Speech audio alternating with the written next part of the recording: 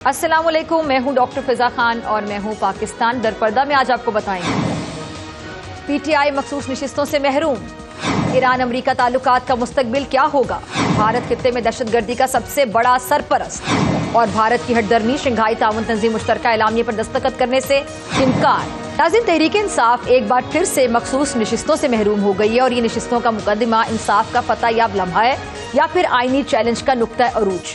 पाकिस्तान की सियासी और अदालती तारीख में कुछ मुकदमात ऐसे होते हैं जो महज कानून की तशरीह नहीं बल्कि रियासती नजरिए, जमहूरियत के तसलसल, अदालती वकार और अवामी नुमाइंदगी के तसव्वुरात की नई बुनियाद रखते हैं। मखसूस नशिस्तों की अलॉटमेंट का आज का फैसला भी एक ऐसा ही तारीखी लम्हा है।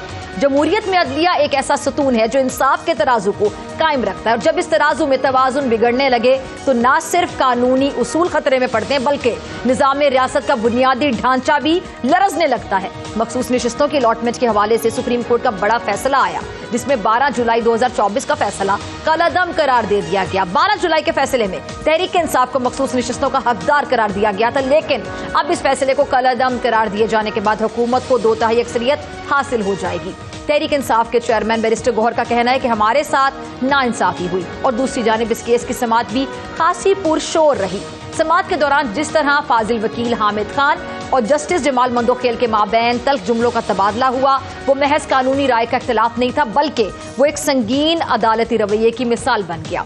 हामिद खान का ये मौक़िफ़ कि 26वीं आईनी तरमीम के बाद आने वाले जज बेंच से अलग हो जाएं एक ऐसा एतराज था जिसने मामले को कानूनी दायरे से निकालकर शख्सी नुक्ताचीनी की सतह पर ला खड़ा किया। नाज़रीन, मेरे साथ स्टूडियोज़ में मौजूद हैं हाफिज़ एहसान अहमद साहब। बहुत शुक्रिया हाफिज़ साहब ज्वाइन करने के लिए, और रियासत तरी आज़ाद साहब तशरीफ़ रखते हैं, आपका भी बहुत शुक्रिया वक्त देने के लिए, तशरीफ़ लाने के लिए। और हामिद खान साहब भी कुछ देर के बाद हमें टेलीफोन लाइन पे ज्वाइन करें। जी, तो रियासत तरी आज़ाद साहब आपसे शुरू करूँ। रियासत तो आज़ाद है, अदलिया की आज़ादी पे, जुडिशरी पे बहुत से सवाल दोबारा से गर्दिश करने लगे हैं। आप बेहतर समझा सकते हैं कि जिस तरह की तनकीद हो रही है क्या ये वजह है या नाजायज है? देखें, बिस्मिल्लाहिर्रहमानिर्रहीम, मैं ये अर्ज करूंगा कि आज के फैसले ने, मैं बीइंग स्टूडेंट ऑफ लॉ ये समझता हूं कि ये मेरे लिए, काला कोट पहनने वाले लोगों के लिए ये एक फैसला एक हजीमत से कम नहीं है। जितना अदलिया का मजाक आज आपको दुनिया की जुडिशल हिस्ट्री में इसकी मिसाल नहीं मिलेगी। मुझे ये बताएं कि आज उन्होंने फैसला कर दिया कि जी टेक्निकलिटीज ग्राउंड पे जी फलां पॉलिटिकल पार्टी को जो सीटें नहीं मिल सकती, तो मुझे बताएं आइन की किस आर्टिकल के तहत और इलेक्शन रूल्स के किस रूल के तहत आप दूसरी पॉलिटिकल पार्टीज को आप ये सीटें दे सकते हैं?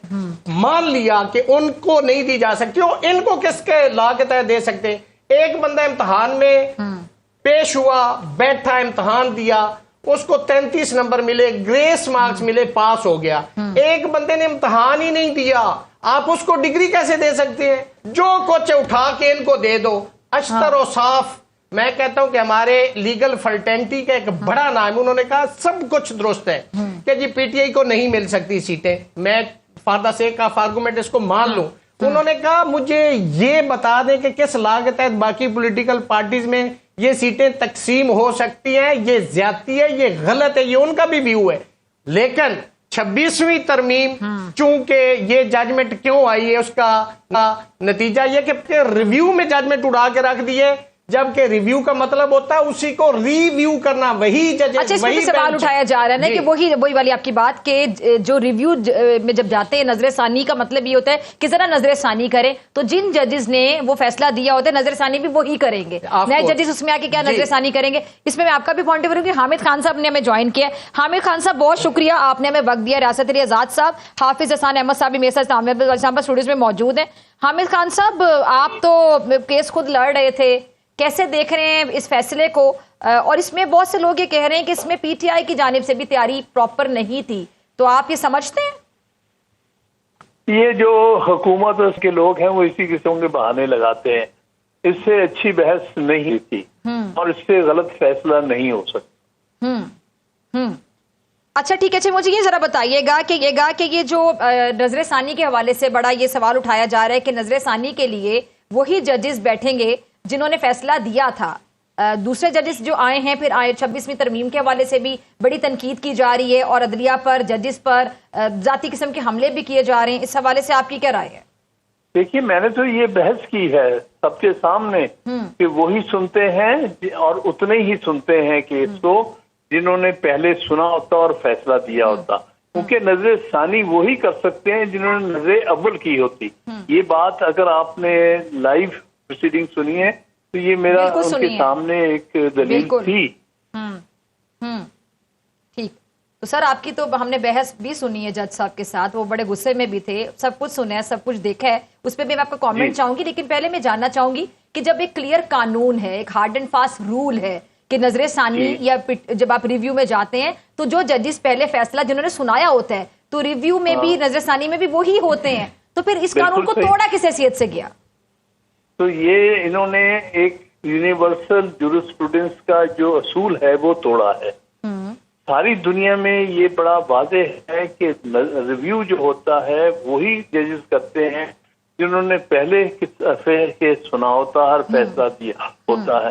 ان کے بغیر کوئی اور ریویو سننے کا مجاز نہیں. ایک ایکسیپشن یہ ہے کہ ان میں سے کوئی جج اگر ریٹائر ہو گیا ہو تو اس کی جگہ دوسرا جج لایا جا سکے. اس کی میں نے مثال بھی دی تھی کہ یہ ہوا تھا قاضی فائز صاحب والے کیس میں، پہلے 10 نہیں سنا تھا اور بعد میں جب ریویو ہوا تب بھی 10 نہیں سنا، انہوں نے ہی سنا سوائے ایک جج فیصل عرب ریٹائر ہو گیا تھا، اس کی جگہ امین الدین کو لے لیا.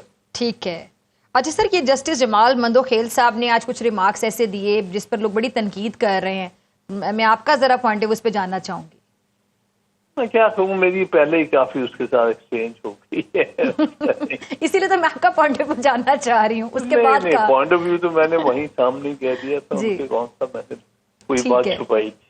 ٹھیک ہے، چلیں سر. وہ جیسے ججز کے ذاتی جو غم و غصہ ہوتا ہے یا بہت زیادہ وہ جو غم و غصے کا اظہار کر دیتے ہیں، تو جوڈیشری کے بارے میں جب بھی ہم سوچتے ہیں ججز بڑا احترام آتا ہے دل میں، اور ہے بھی، تو وہ لوگ ایکسپیکٹ نہیں کر رہے ہوتے کہ اس قسم کا مکالمہ ہوگا.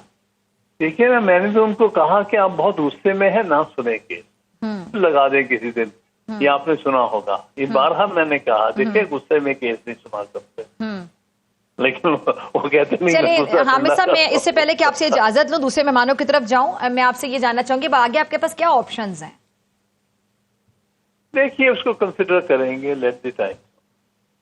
تھینک یو جی. ٹھیک ہے جی، بہت شکریہ جی، بہت شکریہ آپ کے وقت کے لیے. جی حافظ احسان صاحب، اب کیا کریں گے؟ چیلنج تو یہ لوگ کر نہیں سکتے، اور ریاست صاحب نے تو کہا ہے کہ اس طرح کا فیصلہ انہوں نے کبھی دیکھا ہی نہیں آج تک. بسم اللہ الرحمن الرحیم. ڈاکٹر صاحب یہ ہے کہ دونوں میرے دوست ہیں، دونوں نے انہوں نے ریزرو سیٹس پہ بات کی ہے، خان صاحب نے جو ہے وہ ریویو پہ بات کی ہے، لیکن دونوں نے کانسٹیٹیوشن یا لاء کا کوئی ریفرنس نہیں دیا. پہلے آ جاتے ہیں ریویو کے اوپر. ریویو کے اوپر جب 26ویں آئینی ترمیم نہیں آئی تھی اس وقت یہی تھا کہ جن ججز نے کیس سنا ہو آرٹیکل 188 کے نیچے وہی کیس سنتے ہیں اور اس پہ اوپر ایک فیصلہ کر دیتے ہیں. لیکن جب آپ کی 26ویں آئینی ترمیم آ گئی اس کے اندر آرٹیکل 191A آیا اور اس کے اندر یہ کہا گیا کہ جتنے بھی سپریم کورٹ کے اب ریویو کیسز ہیں جو کانسٹیٹیوشنل میٹرز کے اندر ہیں وہ سارے کے سارے وہ کانسٹیٹیوشنل بینچ کی ایک کمیٹی فیصلہ کرے گی اور اس کمیٹی کے مطابق کانسٹیٹیوشنل بینچ سنے گا. اب جو سپریم کورٹ کے 90 کے رولز ہیں وہ بھی اپلائی نہیں کرتے چونکہ کانسٹیٹیوشن آپ کا حصہ، آپ کو اچھا لگے یا نہ لگے یہ ایک اور بات ہے. بٹ 26ویں آئینی ترمیم کے بعد کانسٹیٹیوشنل بینچ جو ہے اسی نے ریویو سننا ہے اور آج اس نے ریویو سنا اور ایک فیصلہ دیا اور وہ اٹین فائنلٹی ہے. اس کے بعد سپریم کورٹ میں سیکنڈ ریویو نہیں ہو سکتا. دوسرا اس چیز کے اندر ہے کہ کیا سپریم کورٹ کا جو پہلا فیصلہ جو آج اوور ٹرن ہوا ہے وہ سپریم کورٹ کا فیصلہ آئین کی کسی شک کے مطابقت تھا، یا وہ جو فیصلہ سپریم کورٹ تک آیا کہ جس پولیٹیکل پارٹی نے کلیم کیا کہ مجھے سیٹس ملنی چاہیے کیا وہ اس کی پولیٹیکلی کانسٹیٹیوشنلی یا لیگلی انٹائٹل تھی؟ تو وہ نہیں تھی. الیکشن کمیشن آف پاکستان کے سامنے، ہائی کورٹ کے سامنے، سپریم کورٹ آف پاکستان کے سامنے. اب سوال یہ ہے کہ آرٹیکل 51 اور آرٹیکل 106 کے ہوتے ہوئے جب رائٹنگ آف دا وال یہ لکھا ہو کہ جی وہی پولیٹیکل پارٹی کو انڈیپینڈنٹ کینڈیڈیٹ جوائن کر سکتے ہیں جس نے الیکشن لڑا ہو، الیکشن سمبل پہ لڑا ہو، الیکشن کے بعد اس کی اسمبلی کے اندر پریزنس ہو اور 3 دن کے اندر اس کو جا کے جوائن کریں. اب ہوا یہ ہے کہ unanimously election commission of Pakistan سے لے کے آج تک جس پولیٹیکل پارٹی کو پی ٹی آئی نے بیک کیا، پاکستان کی سپریم کورٹ، ہائی کورٹ اور اس کے بعد آپ کے الیکشن کمیشن نے اس کو ریجیکٹ کیا کہ وہ انٹائٹل نہیں ہے. اب سوال یہ ہے کہ جو پی ٹی آئی آئی ہے، کیا پی ٹی آئی جو ہے وہ کانسٹیٹیوشن کے مطابق پولیٹیکل بات کرنا یا اس کے بعد آپ کا ایک پولیٹیکل نیریٹو ہونا اور بات ہے، لیکن جب آپ عدالت کے اندر جائیں گے تو وہاں کے اوپر جا کے آپ کو آئین اور قانون کے مطابقت بات کرنی پڑے گی۔ اب وہاں کے اوپر پاکستان کی سپریم کورٹ کا جو پہلا فیصلہ آیا 12 جولائی کا یا 23 سپٹمبر کا، وہ ایک کانسٹیٹیوشنل اوور ریچ تھی، وہ ایک پولیٹیکل ججمنٹ تھی، وہ ایک پولیٹیکل پارٹی کے سینٹیمنٹس کو ایڈریس کرنے کی کوشش کی گئی آرٹیکل 17(2) کی بنیاد کے اوپر، اور آرٹیکل 51 اور آرٹیکل 106 جو ہے اس کو ریڈنڈنٹ کیا گیا، ڈس فنکشنل کیا گیا، سیکشن 104 کو، رول 94 کو، اور اس کے بعد فائنلی جا کے یہ کہا گیا کہ ایس آئی سی تو ہے نہیں ہے لیکن ہم ان کو دیتے ہیں، ہم یہاں پہ الیکٹرل جسٹس کرتے ہیں جی۔ وہ الیکٹرل جسٹس جو ہے کیا پاکستان کے آئین اور قانون کے مطابق تھا یا نہیں تھا؟ سوال یہ تھا پاکستان کی سپریم کورٹ میں، اور جتنی بھی آپ کی ڈاکٹر صاحب ہیئرنگ ہوئی ہیں کسی نے اس سوال کا جواب نہیں دیا کہ آرٹیکل 51 کے نیچے یا آرٹیکل 106 کے نیچے ایس آئی سی کے بعد پی ٹی آئی انٹائٹل ہے یا نہیں۔ جہاں تک دوسری بات ہے وہ یہ ہے کہ فرام ڈے ون میرا ایک سٹینس بھی ہے لیگلی، اور میں نے اس پہ آرٹیکلز بھی لکھے ہیں کہ ایس آئی سی یا پی ٹی آئی جو ہے وہ اس کانسٹیٹیوشنل سکیم کے اندر نہ فٹ آتے ہیں نہ انٹائٹل ہیں۔ اسی طرح جو دوسری پولیٹیکل پارٹیز ہیں وہ بھی اوور اینڈ ابو جو ہے انہیں ریزرو سیٹس نہیں مل سکتی، چونکہ اگر آرٹیکل 51 کی پروپورشنز کے اوپر آپ جائیں گے تو اس کے مطابق ان کو ان کی سیٹس کے حساب سے ملیں گے۔ لیکن جو سپریم کورٹ نے آج فیصلہ کیا ہے، وہ جو پشاور ہائی کورٹ نے انڈورسمنٹ کی ہے سپریم کورٹ اس کی حد تک گئی ہے، اور میں یہ سمجھتا ہوں کہ آج کا جو فیصلہ ہے وہ ایک کانسٹیٹیوشن آئین کے مطابقت رکھتا ہے، اور جو پچھلا فیصلہ تھا اس کو رائٹلی اور لیگلی سپریم کورٹ نے آج اوور ٹرن کیا ہے۔ لیکن فیصلے تو دونوں سپریم کورٹ کے تھے نا سر، کیا کہیں گے؟ دیکھیں حافظ صاحب نے دو باتیں کی، جو آرٹیکل 51 ہے اس کا جو سب آرٹیکل ڈی ہے اس کا جو پرووائزو ہے اس میں یہ لکھا ہوا ہے کہ جو لوگ آزاد الیکشن لڑ کے آئیں گے وہ ودن 3 days وہ کسی پولیٹیکل پارٹی کو جوائن کریں گے۔ اس میں یہ لفظ نہیں ہے پارلیمانی پارٹی کا، نہیں پولیٹیکل پارٹی کا۔ آپ پڑھ لیں آرٹیکل 51 کا، سارے پڑھ لیں، اسمبلی میں پریزنس ہے، نہ اس کا ذکر ہی نہیں ہے۔ یہ بھی میں پڑھ دیتا ہوں آپ کے سامنے، یہ میرے سامنے دیکھیں، اس میں میں پڑھتا ہوں کہ نہ الیکشن لڑر ہے نہ اس کے اندر جو حافظ صاحب فرما رہے ہیں اس کا ذکر ہے۔ پرووائزو میں پڑھنے لگا ہوں، یہ پڑھیں جی، میں پڑھ رہا ہوں، provided that for the purposes of this paragraph of a total number of general seats won by the political party shall include by independent return candidate or candidates who may duly join the political party 3 days of the publication of the official gazette of the number of the seats۔ اب وہ آزاد آئے، انہوں نے ایک political party کو join کرنا تھا، انہوں نے ایس آئی سی کو جوائن کر لیا، یہ ریکوائرمنٹ تھی۔ اس کے بعد اس پولیٹیکل پارٹی کو اس پرپورشنیٹ سے سیٹیں دینی تھی، یہ تھا آرٹیکل 51۔ وہ ہنستے رہے، حافظ صاحب میرے دوست ہیں، میں تو اپنا پوائنٹ آف ویو دوں گا۔ دوسری بات میں یہ کہتا ہوں، اچھا حافظ صاحب نے یہ بات تو مان لی نا کہ یہ جو سیٹیں دوسری پولیٹیکل پارٹیز میں کو دے رہے ہیں وہ غلط ہے، وہ غیر قانونی، تو اس فیصلے کو میں بھی غیر قانونی کہہ رہا ہوں، حافظ صاحب بھی غیر قانونی کہہ رہے ہیں، یہ غلط ہوا نا، اس پہ تو ہم متفق ہیں۔ اب اگلی بات آ جائے، مجھے صرف سمپل سا بتا دیں کہ یہ جو فیصلہ آیا ہے، ہم ڈیمانڈ کرتے رہے فل کورٹ کی 191A میں، ٹھیک ہے کہ جی اس کا جو ہے وہ آئینی بینچ ہے، لیکن 191 کے تحت سی ایمبارگو یا کوئی قدغن نہیں ہے کہ اس پہ فل کورٹ بنائے جائے، پہلے اس کو سنتے، یہ کبھی ایسا نہیں ہوتا۔ جو بینیفیشری ہے اس بینچ کی کریشن سے وہ لیکن سر اب تو سچویشن یہ ہے کہ سنا بھی گیا، فیصلہ سنا بھی گیا، پھر حامد خان صاحب نے کیا کہا کہ جس نے نظر اول دی ہو وہی نظر ثانی بھی کر سکتا ہے۔ یہ پاکستان کیا، چلے اس پہ تو باقاعدہ ایک بحث ہو رہی ہے، جس نے نظر اول کی اس نے ہی نظر ثانی کرنی ہے، اس پہ ذرا حافظ بھائی آپ کا کامنٹ ہے کیا؟ ایک تو یہ ہے کہ چوری صاحب نے بات کی ہے کہ کسی بھی پولیٹیکل پارٹی کو جوائن کر سکتا ہے، تو پارٹی کون سی تھی؟ ایس آئی سی تھی، تو اگر ایس آئی سی پارٹی تھی تو سپریم کورٹ نے 12 جولائی یا 23 سپٹمبر 2024 کو ایس آئی سی کو انٹائٹل کیوں نہیں کیا؟ اگر ان چوری صاحب کی بات مان لی جائے تو سپریم کورٹ نے 12 جولائی یا 23 سپٹمبر کا فیصلہ پھر غلط دیا نا۔ اس کا مطلب یہ ہے کہ سپریم کورٹ نے ہولڈ کیا کہ ایس آئی سی انٹائٹل ہی نہیں ہے کہ جس کو انڈیپینڈنٹ جوائن کر سکے۔ دوسرا اس چیز کے اندر دیکھیں، بات یہ ہے आइन और कानून बनाना किसका काम है? पार्लियामेंट का काम है। जजेस का काम क्या है?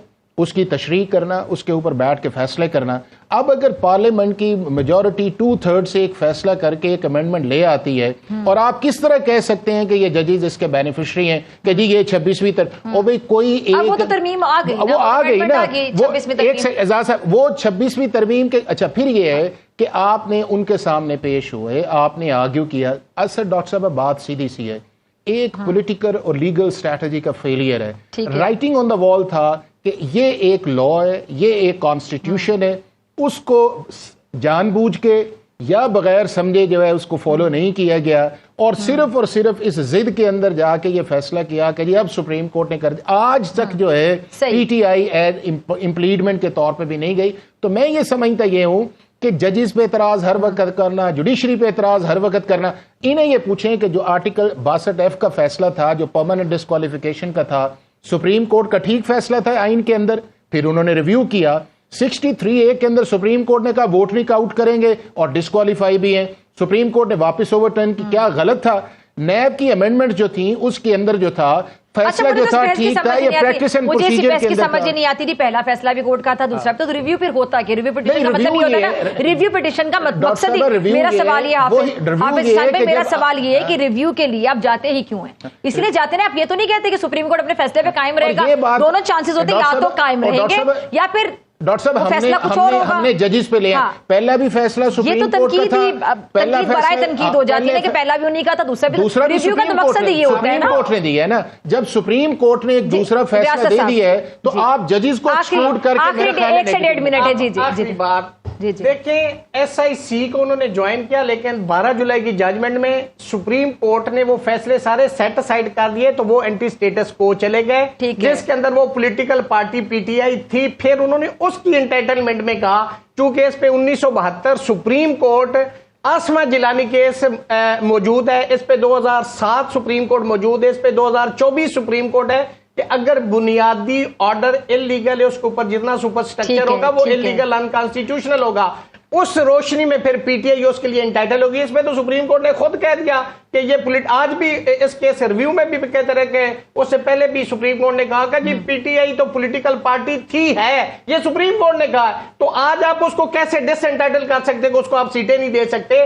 देखें, एक बंदे ने इम्तिहान ही नहीं दिया, आप उसको कैसे आप पास होने की डिग्री दे सकते? उनको तो जो हक था उनको वो सीटें मिल गई। अब ये सीटें या तो सर, तो फिर मेरा सवाल है नहीं और मुझे बताएं, चले मिल गई ना, मिल गई ना, फिर पीटीआई को नहीं मिली। अब मेरा आपसे एक सवाल है, मुझे याद है एतजाज एहसन साहब गालिबन मेरे प्रोग्राम में, तो हाफिज हसन भाई आप मेरे साथ थे पिछले चैनल में, मैंने इस पे प्रोग्राम बड़े तवातुर से किए। अच्छा, मुझे बताएं कि मैंने एतजाज एहसन साहब से, हाफिज भाई एतजाज एहसन साहब से सवाल पूछा था और आप उस प्रोग्राम में गालिबन शामिल थे। मैंने सवाल ये पूछा था 26वीं आईनी तरमीम में वुकला कहते हैं बाहर निकलेंगे इसके खिलाफ, तो एतजाज एहसन साहब ने कहा कि इतनी बड़ी तादाद में वुकला बाहर निकलेंगे कि शायद अडयाला जेल का दरवाजा टूट जाएगा, फिर नहीं निकले वुकला। अब आप आज भी माशाल्लाह बहुत खुलकर तनकीद कर रहे हैं। आप जैसे जो वुकला हैं जो अब सड़कों पे निकलेंगे, एहतजाज करेंगे इस बात पे, सिवाय एक्सेप्शनल लॉयर्स के। मैं कहता हूं कि जो इंडिपेंडेंट लॉयर है, आईनी तरमीम को भी सबने फिर एक्सेप्ट किया ना, टीवी की हद तक आप तनकीद करते हैं ना। सुने ना, आपने सवाल किया, मुझे सुने। सड़कों पे क्यों नहीं आए? कहते थे वुकला आएंगे। मेरी बात तो सुने ना। जी जी, कि बात ये है कि हमारे जो पॉलिटिकल मफादात हैं लॉयर्स के, हमारे भी धड़े हैं, और जो इस वक्त इक्तदार में बैठे हैं उनका इसमें मफाद है। जो नहीं है उसमें, जो इंडिपेंडेंट राय रखते हैं उनका इसके खिलाफ जो आवाज है, उनकी जो राय है, वो जो मेरे वाली सोच है, जो मैं कह रहा हूं, मेजॉरिटी ऑफ द लॉयर्स मुल्क के यही चाहते हैं। ये हाफिज साहब भी चाहते हैं, ये मैं इनके सामने ये मुंह पे बैठ के कर रहा हूं कि हाफिज साहब भी ये चाहते हैं कि ये इस मुल्क के अंदर आजाद अदलिया हो, ये भी चाहते हैं कि इस मुल्क के अंदर आईन और कानून की और रूल ऑफ लॉ की ब्रेक पे जाने, ये भी चाहते हैं। ठीक है जी, हाफिज साहब अपना अपना मामला है, अपना अपना। ठीक है हाफिज साहब, जाते जाते आपकी चाहत पूछ लेते कि आप क्या चाहते हैं। रियासत भाई ने काफी कुछ बता दिया। साहब, हमें इंस्टीट्यूशंस पे बात करनी, जजेस से निकल जाना चाहिए। दूसरा ये है, लेकिन यहाँ पे जातियात पे हमले होते हैं जो कि बड़ी गलत, और जो भी आज प्रोसीडिंग्स के अंदर हुआ नहीं होना चाहिए था। दूसरा ये है कि जब आइन और कानून पार्लियामेंट को इख्तियार देता है तो हम कौन होते हैं कि हर चीज को एजिटेट करें? हमारे पास एक सुप्रीम कोर्ट है।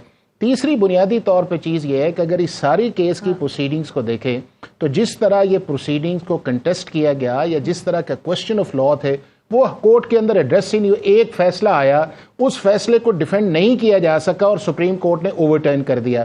فائنلی میں اس چیز کے اندر یہ کہوں گا کہ اگر یہ 26ویں آئینی ترمیم اچھی نہیں تھی تو مولانا فضل الرحمان صاحب کے ساتھ پی ٹی آئی انگیج کیوں رہی؟ اس کے بعد اس 26ویں آئینی ترمیم کے خلاف ایک ووٹ بھی پی ٹی آئی نے نہیں دیا, اور جس دن پاس ہو کے دوسرے دن چیف جسٹس یحییٰ افریدی صاحب کی اپوائنٹمنٹ کا پروسیس تھا, پی ٹی آئی اس کا حصہ رہی. آج بھی جوڈیشل کمیشن کے اندر وہ بیٹھتی ہے, ووٹ ڈالتی ہے, کبھی فیور کے اندر کرتی ہے, لاہور کے کئی ججز کے اندر انہوں نے اس کے اندر ڈالا ہے. تو پولیٹیکل اور کانسٹیٹیوشن اور لیگل ڈائیکاٹمی ہے. میرا خیال یہ ہے کہ اس کو اس اینگل سے دیکھا جائے کہ ہر چیز جو ہے سینسیشنل کرنا یا فیکٹس کے خلاف بات کرنا یا لا کے خلاف بات کرنا یا جوڈیشری کے خلاف بات کرنا میرا یہ مناسب نہیں ہے. ٹھیک ہے جی, بہت شکریہ ریاست علی آزاد صاحب آپ کا بھی اور حافظ اذان احمد صاحب آپ کا بھی. ایران اور امریکہ کے جو تعلقات ہیں اس وقت ایک انتہائی نازک اور فیصلہ کن موڑ پہ کھڑے ہیں. ایک طرف ممکنہ اقتصادی نرمی اور مذاکرات کی امید, اور دوسری طرف گہرے شکوک, جوہری تنازع اور سفارتی کا سایہ. اگر دونوں فریق ماضی کی تلخیوں کو پس پش ڈال کر ایک نئے باب کا آغاز کرتے ہیں تو نہ صرف خطے بلکہ پوری دنیا کے امن کو ایک نئی جلا بھی بخشی جا سکتی ہے.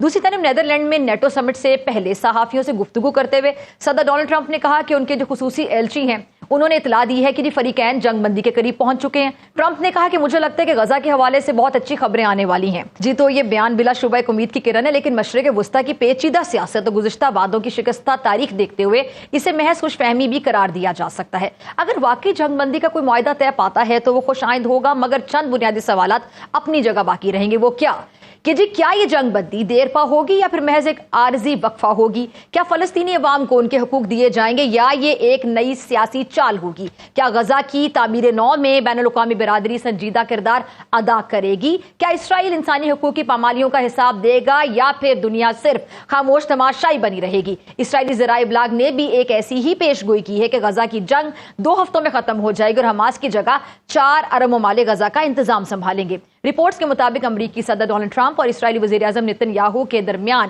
حالیہ ٹیلی فونک گفتگو کے دوران غزہ کی جنگ کے خاتمے اور اس کے بعد کا جو نظم و ضبط ہے اس پر تفصیلی مشاورت بھی ہوئی ہے. اور اس مکالمے میں حماس کی قیادت کو جلا وطن کرنے, یرغمالیوں کی رہائی اور جو فلسطینی غزہ چھوڑنا چاہیں انہیں کسی دوسری ریاست منتقل کرنے جیسے نکات زیر بحث آئے ہیں. رپورٹس کے مطابق متحدہ عرب امارات, مصر, سعودی عرب اور شام ان 4 عرب ممالک کے غزہ کا انتظام سنبھالنے پر اتفاق ہوا ہے. اب سوال یہ بھی پیدا ہوتا ہے کہ آیا یہ عرب ممالک اس اقدام کے ذریعے فلسطینی عوام کے مخالفت میں کام کریں گے یا پھر محض عالمی طاقتوں کی ترجیحات کی تکمیل میں شرکت کریں گے؟ ایک طرف ایران کے وزیر خارجہ عباس عراقچی پوری قطعیت سے اعلان کر رہے ہیں کہ مذاکرات کے نہ کوئی آثار ہیں اور نہ ارادے ہیں اور نہ ہی کوئی بندوبست ہے. دوسری جانب امریکی صدر ڈونلڈ ٹرمپ گویا کسی ریالٹی شو کے اسکرپٹ سے پڑھ کر دنیا کو یقین دلانے پر تلے ہوئے ہیں کہ اگلے ہفتے ایران سے بات چیت ہوگی اور معاہدے پر دستخط بھی ممکن ہے. ایران کے وزیر خارجہ عباس عراقچی نے فی الحال ایسے کسی ممکنہ معاہدے کو مسترد کر دیا ہے. سرکاری ایرانی ٹیلی ویژن سے بات چیت کرتے ہوئے وزیر خارجہ نے واضح کیا کہ ایران کی جانب سے نہ تو کسی قسم کے نئے مذاکرات کی تجویز دی گئی اور نہ ہی کوئی معاہدہ طے پایا ہے اور نہ ہی مستقبل قریب میں اس طرح کی کوئی اس نوعیت کی کوئی پیش رفت متوقع بھی ہو سکتی ہے. پاک فوج کے سپہ سالار فیلڈ مارشل سید عاصم منیر نے تازہ ترین بیان میں بھارت کو خطے میں دہشت گردی کا سب سے بڑا سرپرست قرار دیتے ہوئے کہا ہے کہ مارکہ حق میں پاکستان نے کشمیر کی لائن آف کنٹرول سے لے کر ساحل سمندر تک بھارتی بلا جواز جارحیت کا بھرپور جواب دیا. انہوں نے واضح کیا کہ جی اللہ تعالیٰ نے ہماری مدد کی ہے کیونکہ ہم حق کے راستے پر گامزن ہیں. شنگھائی تعاون تنظیم کے اجلاس میں بھی پاکستان کے وزیر دفاع خواجہ آصف نے نہ صرف سفارتی وقار کے ساتھ اپنے ملک کا مقدمہ پیش کیا بلکہ بھارت کی جانب سے کی جانے والی مداخلت کو ٹھوس شواہد کے ساتھ بے نقاب کر کے عالمی برادری کے سامنے ایک سچائی کا دروازہ بھی کھول دیا. لیکن بھارت کی ہٹ درمی دیکھیے کہ تنظیم کے 9 ملک مشترکہ اعلامیے پر متفق تھے مگر بھارت نے اس پر دستخط نہیں کیے. کرتا بھی کیسے؟ یہ اور تمام سوالات جو ہیں ان کا میں بال پھینکوں گی کورٹ میں میرے سامنے بیٹھے مہمان کے. احمد حسن العربی کسی تعارف کے محتاج نہیں, بہت شکریہ احمد جوائن کرنے کے لیے, وقت دینے کے لیے. احمد میرے خیال سے ہم غزہ والی صورتحال پہ آتے ہیں اور اس سے پہلے شنگھائی تعاون جو تنظیم ہے اس پہ بھارت کا جو مشترکہ اعلامیہ پہ دستخط سے انکار ہے, بھارت کی تو بڑی سبکی ہوگی ہر لیول پر. جی بہت شکریہ. دیکھیں جو ایس سی او کے اندر یہ سارا جو معاملات ہوئے ہیں, اب آپ دیکھیں یہ پہلگام والا جو فالس فلیگ آپریشن ہوا اور اس کے بعد جو اسکرمش ہوئی اور پھر ایک turned out into a full fledged war between India and Pakistan, اور پاکستان نے جس طریقے سے انڈیا کو ڈیٹر کیا اور وہاں پہ جو ایک نیا الائنس فورج ہوا بٹوین پاکستان اینڈ چائنا, وہ اس کانٹیکسٹ میں اگر آپ ایس سی او کو دیکھیں تو میں شوق میں ہوں کہ یہ بھارت نے اٹینڈ کر کیسے لی. क्योंकि उनको पता था उनके साथ वहाँ पे यही होने वाला है, क्योंकि वहाँ पे हर तरह की चीज़ें अंडर डिस्कशन आई। भारत पिछले तकरीबन 20 साल से जो चाइनीज़ प्रोजेक्ट्स हैं पाकिस्तान में, उनके खिलाफ दहशतगर्द कार्रवाइयाँ कर रही है, ये सबूत हैं। आई स्टिल रिमेंबर कि चाइनीज़ ऑफिशियल्स ने अब से चंद साल पहले ऑफिशियली पहली दफ़ा कहा था पाकिस्तान को कि भारत हमारे जो प्रोजेक्ट्स हैं उनमें दहशतगर्दी भारतीय इंटेलिजेंस एजेंसी करवा रही है। तो उस सारे कॉन्टेक्स्ट में SCO के अंदर भारत ने जो साइन नहीं किए, वो जाहिर है भारत की सुबकी और पूरी दुनिया में उसको हजीमत उठानी पड़ी, और भारत की जो फॉरेन पॉलिसी है वो एक फ्री फॉल का शिकार है हर लिहाज से। और भारत की तैयारी भी कोई नहीं है, तैयारी वहाँ पे जाके शफायत भी नहीं दे सके। होता यही है कि जब आप अपनी फॉरेन पॉलिसी को अपनी इंटरनल ऑडियंस को खुश करने के लिए बनाते हैं ना, तो फिर ये प्रॉब्लम्स होती हैं। फॉरेन पॉलिसी होती है इंटरनेशनल रिलेशंस के ऊपर, भारत की जो फॉरेन पॉलिसी है वो अंदर के हिंदुत्व कल्ट को खुश करने के लिए पॉलिसीज बनाई जाती हैं, तो फिर उनका सेटबैक तो इस तरह का आएगा। अच्छा, फिर देखिए इस पूरे मामले में सिफारती जंग आप देख लें या वैसे हमने जब जंग लड़ी, तो पूरे मामले में पाकिस्तान को अल्लाह ताला ने बड़ी इज्जत बख्शी, बड़ा वकार, पाकिस्तान के वकार में हमारे मुल्क की सालमियत सब ने देखी कि हम किस तरह सालमियत की हिफाजत करते हैं, और हमने कितनी स्ट्रैटेजी के साथ, हिकमत अमली के साथ, बड़ा मेच्योरिटी के साथ इस चीज़ को हैंडल किया, चाहे वो डिप्लोमेटिक लेवल पर हमारी जंग हो और या जब हमने इनके एडवेंचर का जवाब मुंह तोड़ जवाब दिया, इनका जवाब पत्थर से दिया। तो ये मुझे लगता है कि टाइमिंग का बड़ा अहम इसमें किरदार है कि ये वक्त मुझे लगता है कि हमारे मुल्क के लिए एक बहुत अच्छे वक्त का आगाज़ हो गया है। जी बिल्कुल ऐसे ही है। आप देखें दुनिया की जो इंटरनेशनल जियोपॉलिटिक्स जिस तरीके से चेंज हो रही है, हर लिहाज से पाकिस्तान को फेवर हो रही है। अब बांग्लादेश की आप मिसाल ले लें, वहाँ पे पिछले 50 सालों से हुकूमत किसकी थी, और फिर आउट ऑफ नोवेयर वो हुकूमत चली जाती है। टाइमिंग का भी है, एग्जैक्टली। कनाडा के अंदर वो एक हरदीप सिंह निज्जर का मर्डर करवा देते हैं, उस फॉरेन पॉलिसी सारी उनके खिलाफ हो जाती है। सो पाकिस्तान अल्हम्दुलिल्लाह अब कैपिटलाइज कर रहा है उन इनिशिएटिव्स के ऊपर जो नेचर हमें दे रही है, जो इंटरनेशनल ऑर्डर हमें दे रहा है। और पाकिस्तान, ये पहलगाम वाले वाक़े के बाद स्पेशली जो आप कह रही हैं कि पाकिस्तान के स्टेप्स बड़े कामयाब रहे हैं, उसकी मेन वजह ये है कि हम हक पे थे, हम सच पे थे, और वी वर द वॉइस। और हक और सच की फतह हमेशा होती है। वो कॉन्फिडेंस और क्लैरिटी के साथ फिर जब आप जाते हैं तो फिर आपकी जो बातें होती हैं और जो सच होता है वो शाइन थ्रू करता है आपकी पॉलिसी से, आपकी स्टेटमेंट से। तो पाकिस्तान के साथ यही हो रहा है। इसी वजह से पाकिस्तान को अल्लाह हर महाज पे कामयाबी दे रहा है, क्योंकि हम सच और हक के साथ खड़े। ठीक है। अच्छा, ये जो अभी वज़ीर ख़ारजा ने, ईरानी वज़ीर ख़ारजा ने बताया कि जो अमरीकी सदर हैं उनके आइंदा हफ्ते के मुज़ाकरात की उन्होंने तरदीद कर दी है, लेकिन सुनने में आ रहा था मुज़ाकरात हर हाल में होंगे और अगले हफ्ते ही होंगे। अमेरिका की जानिब से कहा गया, ट्रम्प साहब की जानिब से, और ईरान की तारीफ की जा रही है, और इसराइल पे बड़ा बरस रहे हैं ट्रम्प साहब। अच्छा, अब इसमें देखें मिडल ईस्ट के अंदर आप अगर इसराइल का वजूद देखें तो इसराइल में जो यहूदी आके आबाद हुए हैं उन्होंने यूरोप से लाके उनको यहाँ पे सहरा में आबाद किया, एक आरामदेह माहौल से लाके एक मुश्किल और कठिन हालात के अंदर उनको आबाद किया। Exactly. क्यों किया? कॉन्सेप्ट क्या था? कॉन्सेप्ट ये था, वो रिलीजियस नैरेटिव था ग्रेटर इसराइल। और यहूदियों की कोई सरजमीन नहीं थी। पूरी दुनिया में आप देख लेना कि मुस्लिम ममालिक कितने ज्यादा हैं, 57 मुस्लिम ममालिक हैं, और ये जो क्रिश्चियन ममालिक हैं वो भी बहुत ज्यादा हैं, लेकिन यहूदियों की सरजमीन भी सिर्फ वही जगह इसराइल, और उसके अलावा हिंदुस्तान, हिंदुओं की भी सरजमीन सिर्फ हिंदुस्तान है। तो लेकिन इसराइल में उन्होंने लाके जब आबाद किया तो वो ग्रेटर इसराइल का कॉन्सेप्ट था कि हम एक एक्सपैंड करेंगे और वो सारा कुछ। और वो बेंजामिन बार्बर की जो स्टेटमेंट है, उसने कहा these modern wars are as religious as crusades. ठीक है, सो उनको लाके यहाँ पे आबाद करना 1895 में पहली दफ़ा थियोडोर हर्जल ने कॉन्सेप्ट दिया इसराइल का। सुल्तान अब्दुल हमीद टू को इन्होंने लेटर्स लिखे कि आप हमें जगह दे दें, उन्होंने इनकार किया। उनके खिलाफ Young Turk movement of Lawrence और अरेबिया की बगावत करवाई, फिर बेल्फोर डिक्लेरेशन पास हुई, फिर साइक्स पिकेट एग्रीमेंट आया। तो आप देखें कि पिछले 100 साल में इसराइल के वजूद को सिर्फ और सिर्फ एक चीज़ गारंटी करती है, perpetual state of war in middle east. और वो जंग इसराइल खुद नहीं लड़ता, पहले रियासत बरतानिया लड़ती थी और अब अमेरिका लड़ता रहा है। पिछले 70 साल से अमेरिका की फॉरेन पॉलिसी का एक स्टैंडर्ड पिलर था defence and security of Israel. इसका मतलब ये है कि खित्ते से हर उस रियासत को, एंटिटी को रिमूव करना है जो आगे जाके कभी इसराइल के लिए थ्रेट बन सकती है। लेकिन अब चेंज ये है कि अमेरिका के अंदर एक तो डिक्लाइन शुरू हुआ, उनका इकोनॉमिक टर्मोइल है, अमेरिका के अंदर पॉलिटिकल टर्मोइल है, बाइफिकेशन बहुत ज़्यादा हो गई है। Trump as a voice of peace emerge कर रहा है और वो कहता है कि मैंने पूरी दुनिया से अपने रिसोर्सेज निकाल के अमेरिका के अंदर अमेरिका के लोगों पे डालने, क्योंकि वहाँ पे गुर्बत, होमलेसनेस, बहुत ज़्यादा मसाइल हैं। अब इस इक्वेशन से बरतानिया पहले निकल गया, अब जो अमेरिका है वो निकलने की तैयारी कर रहा है। ठीक है, अब देखना है कि इसराइल सरवाइव कैसे करे। अच्छा, अब ये जो गजा जंग है, ट्रम्प साहब तो दावा करेंगे 2 हफ्ते में खत्म हो जाएगी, और उसके लिए जो शराइत हैं वो भी आपके सामने आ चुकी हैं, और फिर ये जो 4 अरब ममालिक गज़ा का इंतज़ाम संभालेंगे, जिनमें सऊदी अरब भी शामिल है, UAE भी शामिल है, तो ये निज़ाम जब संभालेंगे तो किस तरह आप देखते हैं कि आगे मामला चलेगा? फिर देखिए, ये एक मॉडल है जो अमेरिका की तरफ से प्रेजेंट किया गया। अभी 2 हफ्ते हैं सीज फायर में, दूसरी तरफ कौन है? बट दे वेरी कॉन्फिडेंट कि सीज फायर हो जाएगा। बिल्कुल बिल्कुल, मैं वही आपको बात कर रहा हूँ। अमेरिका के बगैर इसराइल ने कोई जंग नहीं लड़ी, अमेरिका की सपोर्ट के बगैर इसराइल सरवाइव नहीं कर सकता। इसराइल इस वक्त अनचार्टेड वाटर्स में है। नेतन्याहू के खिलाफ घर में बहुत ज्यादा टर्मोइल है। डोनाल्ड ट्रंप चाहता है कि हर जंग को वो खत्म करवा के as an ambassador of peace भी हो, और दूसरा वो ये भी चाहता है कि अमेरिका की रिसोर्सेज को वापस अमेरिका में लेके जाए, जो कसम खा के, जो वादा करके, जो मैंडेट लेके वो आया है। America after all is a democracy, तो वो अपने जो वोटर्स हैं उनको बिट्रे तो नहीं कर सकता। वो पुश कर रहे इसराइल को, नेतन्याहू रेजिस्ट कर रहे हैं, लेकिन मजबूरी है उसकी इन शराइत को मानना। लेकिन क्योंकि वो एक गलीज इंसान है, क्योंकि उसको आप पहले देख चुके, उसने किसी वादे का, किसी सीज फायर का पास नहीं किया, फॉल्स फ्लैग ऑपरेशन बेतहाशा इसराइल की तारीख में नेतन्याहू ने किए, तो आप कुछ भी एक्सपेक्ट कर सकती हैं अगले 2 हफ्तों में। इसराइल यानी नेतन्याहू की ख्वाहिश है कि वो ये ना करे।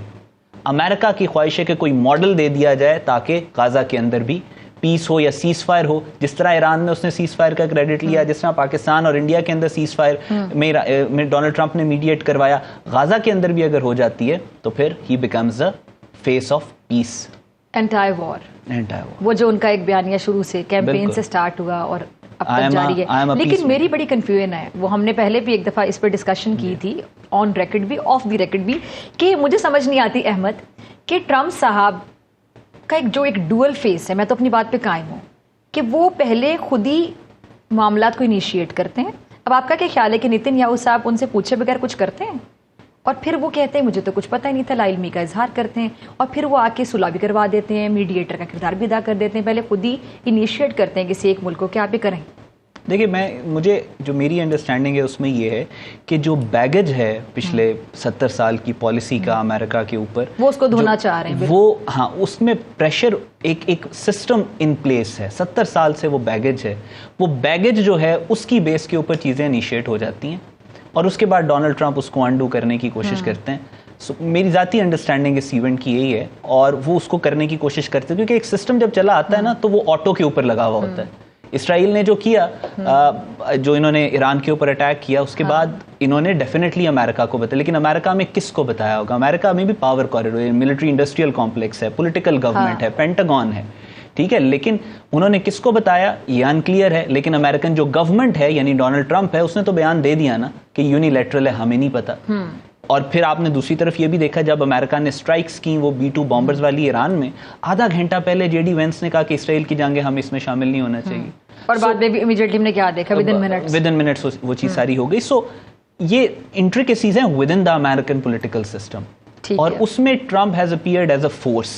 अब वो अपना जो पॉलिसी है उसको एग्जर्ट करने की। अब अहम सवाल मेरा ये है कि ट्रंप साहब की अनप्रेडिक्टेबिलिटी पे शायद किसी को शक हो या ना हो, आपको भी शक नहीं होगा, मेरे ख्याल से मुझे भी शक नहीं होगा, सबको पता है कि वो अनप्रेडिक्टेबल तरीन शख्सियत है। और इस पूरे सिनेरियो में पिछले कुछ दिन आप देख लें तो अनप्रेडिक्टेबिलिटी पे अगर किसी को शक था तो उसका भी दूर हो गया, कि वाकई भी जो कहते हैं कि हैं अनप्रेडिक्टेबल, उससे भी ज्यादा अनप्रेडिक्टेबल है। अब वो अनप्रेडिक्टेबल तरीन सदर, वो भी सुपर पावर अमरीका के आगे, हम सब फिर तैयार रहे हैं कि कभी भी उनकी अनप्रेडिक्टेबल सोच कहीं भी जा सकती है? देखिए, पूरी दुनिया का यही हाल है, सब लोग उनको लेके कंफ्यूज्ड हैं, जाहिर बात। मैं आपको वही बता रहा हूँ, पूरी दुनिया का ये हाल है। आप देखें कि दुनिया में हर रेड लाइन जो कॉमन ने अपनी बनाई थी वो ब्रीच हो चुकी है। अब ना कुछ ब्लैक में है, ना कुछ व्हाइट में है, ना कुछ रेड लाइन है, अब सारा कुछ ग्रे है। मैं कहा था इंडिया पाकिस्तान की अगर कोई जंग होती है तो वो रेड लाइन होगी, हो गई। उनका गाजा के ऊपर अगर इसराइल इन्वेड करता है तो रेड लाइन होगी, कर दिया। उनका इसराइल ईरान पे अटैक करता है तो रेड लाइन होगी, हो गया। यूक्रेन रशिया को लेके उन्होंने कहा कि अगर ये कुछ होता है तो वो रेड लाइंस होंगी, हो गया। दुनिया इस वक्त इसको कहते हैं the age of changing world order and changing of borders. इसमें आप बिल्कुल अनचार्टेड वाटर्स में हैं, आपको बहुत सारी चीजें ऐसी नजर आएंगी जो अनप्रेडिक्टेबल होंगी। जैसे अब ये चेंज की बात करें तो मिडिल ईस्ट की जो पूरी इक्वेशन है उसको भी चेंज किया जा रहा है। बिल्कुल ऐसे ही कायदे आजम ने कहा था कि 40s के अंदर कि इसराइल के पीछे से आप इंग्लैंड और अमेरिका की सपोर्ट निकाल लें तो मैं देखता हूँ ये कितनी देर सर्वाइव करती है। انگلینڈ کی نکل گئی, اب امریکہ کی نکل رہی ہے, ایکویژن بالکل چینج ہو جائے گی. اسرائیل اکیلے سروائیو نہیں کر, امریکہ کے مقابلے میں جو دو سپر پاورز ایمرج کر رہی ہیں, چائنا اور رشیا, اسرائیل کو سپورٹ کرنے کے لیے تیار نہیں ہے. اسرائیل اب کیا کرے؟ اب چین نے بھی امریکہ کے ساتھ تجارتی معاہدے کی تصدیق کر دی, یہ بھی خبر ہے. جی ہاں بالکل, جو چائنا اور امریکہ کے, میں آپ کو کہہ رہا ہوں, آپ دیکھیں کہ ورلڈ آرڈر کس طریقے سے چینج ہو رہا ہے. امریکہ کو پتا ہے, حیران کن طریقے سے چینج, حیران کن طریقے سے, امریکہ کو پتا ہے کہ وہ ایک ڈکلائننگ سپر پاور ہے, اور اب امریکہ نے اس بات کے ساتھ سمجھوتا کر لیا ہے کہ دنیا اب ملٹی پولر ہوگی, یونی پولر نہیں رہے گی. اور اگر میرے کوئی چانسز ہیں سروائیو کرنے کے, تو وہ یہ ہے کہ میں باقی دو سپر پاورز کے ساتھ نیویگیٹ کروں اپنے معاملات. اسی وجہ سے وہ پیوٹن کے ساتھ بھی کر رہے ہیں, اسی وجہ سے تو وہ زی جن پنگ کے ساتھ بھی کر رہے ہیں. اسرائیل ایسی سچویشن میں دوبارہ سے تاریخی طور پہ پچھلے 2000 سالوں کی آپ تاریخ لے لیں, اسرائیل کے ساتھ یہی ہوتا ہے, وہ ہمیشہ اینڈ پہ جا کے اپنی حرکتوں کی وجہ سے جو اسرائیلیز ہیں وہ آئسولیٹ ہو جاتے ہیں, اب پھر آئسولیٹ ہونے جا رہے ہیں. ٹھیک ہے جی, بہت شکریہ. احمد حسن العربی ہمارے ساتھ موجود تھے. ناظرین اسی کے ساتھ مجھے دیجیے اجازت, آپ سے ملاقات ہوگی انشاءاللہ کل سیم ٹائم سیم چینل. زندگی نے وفا کی دعاؤں میں یاد رکھیے گا, اپنا بہت خیال رکھیے گا. اللہ نگہبان.